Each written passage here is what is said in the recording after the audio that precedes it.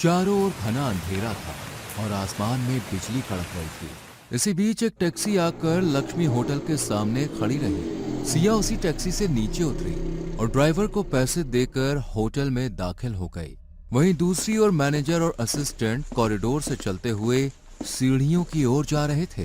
तभी वो कमरा नंबर 108 के सामने से गुजरते हैं और असिस्टेंट की नजर उस कमरे पर लगे हुए बंद ताले पर पड़ती है।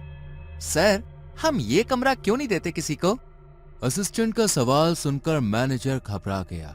उसके माथे से पसीना छूटने लगा था। अपने काम से काम रख, चल अब। मैनेजर ने हाउसकीपर को ऐसे डांट दिया मानो उसने कोई भयंकर सवाल पूछ लिया हो।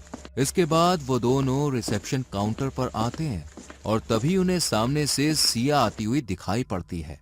सिया वहीं रिसेप्शन पर आकर खड़ी रही। हेलो, वेलकम मैम, बताइए मैं आपकी क्या सेवा कर सकता हूँ? मुझे आज रात के लिए एक कमरा चाहिए। सॉरी मैम, लेकिन अभी सारे कमरे फुल हैं। बिना चेक किए बता रहे हो, चेक तो करो। चेक करने की जरूरत नहीं है मैम, ऑलरेडी आपके आने से पहले हम चेक कर चुके हैं, तो आपको किसी और होटल में चेक करना पड़ेगा। अभी इतनी रात कर मैं कहाँ जाऊंगी यार, देखिए ना कोई कमरा होगा। आप समझ नहीं रही मैम, मैं सच बोल रहा हूँ। फिलहाल हमारे होटल में कोई भी कमरा खाली नहीं है। अरे सर, वो वाला कमरा खाली है। असिस्टेंट आगे कुछ बोल पाता इससे पहले ही मैनेजर ने उसको आंखें दिखाकर चुप रहने का इशारा कर दिया। असिस्टेंट बेचारा आगे कुछ नहीं बोला और अपने काम में लग गया। सॉरी मैम, आप कहीं और ट्राई कर लीजिए। अरे अभी तो इन्होंने बोला एक कमरा खाली है। नहीं, कोई कमरा खाली नहीं है, ये तो बस ऐसे ही बोल रहा था। क्यों झूठ बोल रहे हो आप? मुझे कुछ नहीं सुनना, आप वो वाला कमरा मुझे दे दीजिए। सिया की जिद के आगे मैनेजर हार गया। उसने एक गहरी सांस ली और दीवार पर टंगी चाबी लेकर सिया को दे दी। ये लीजिए मैम चाबी, लेकिन मैं एक बार और बोल रहा हूँ, आप उस कमरे में ठहरने का आइडिया छोड़ दीजिए, वो कमरा ठीक नहीं है। थैंक यू फॉर दी की। इसके बाद सिया चाबी और बैग लेकर अपने कमरे की ओर निकल गई। कमरे में पहुंचने के बाद उसने अपना बैग साइड में रख दिया और बेड पर बैठ गई। उस कमरे में उसे ऐसा लग रहा था मानो स्वर्ग मिल गया हो। वो बड़े सुकून में थी, लेकिन उसे नहीं पता था कि वो कमरा शापित है। यार बहुत भूख लगी है, ऑनलाइन पिज्जा मंगवा लेती हूँ। तुरंत सिया ने अपने मोबाइल से पिज्जा ऑर्डर कर दिया। फिर उसने सोचा कि पिज्जा आने में आधा घंटा लगेगा, तो तब तक नहा लेती हूँ। पिज्जा ऑर्डर करे लगभग 2 मिनट बीत चुके थे।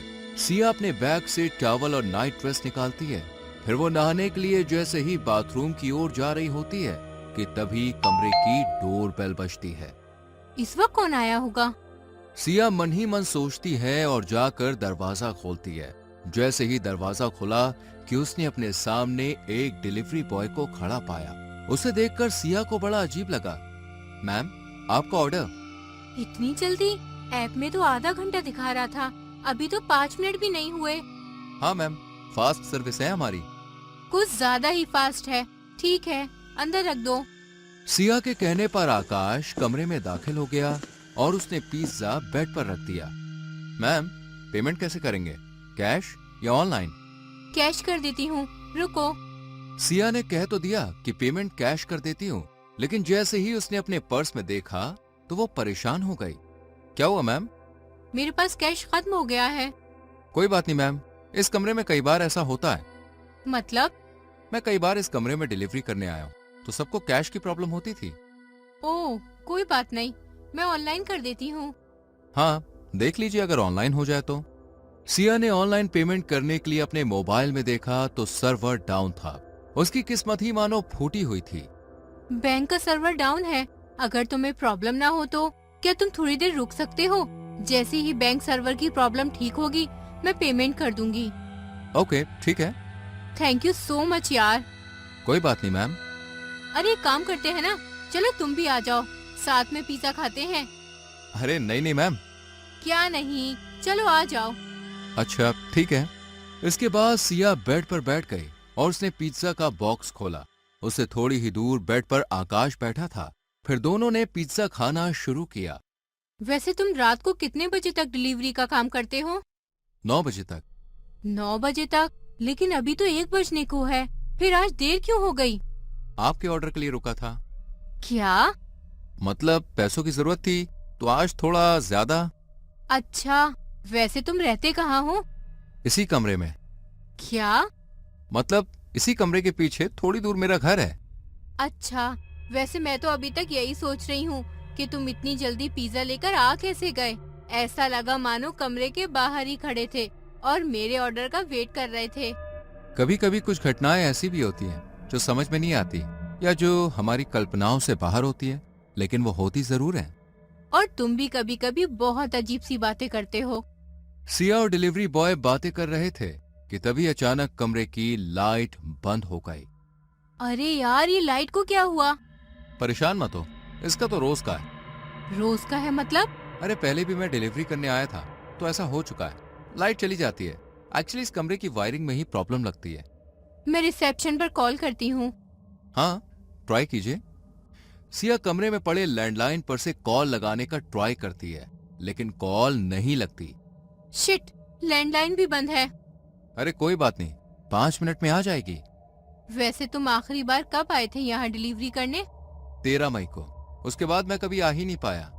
अच्छा। मैम आप देखिए ना, ऑनलाइन पेमेंट अगर हो जाए तो।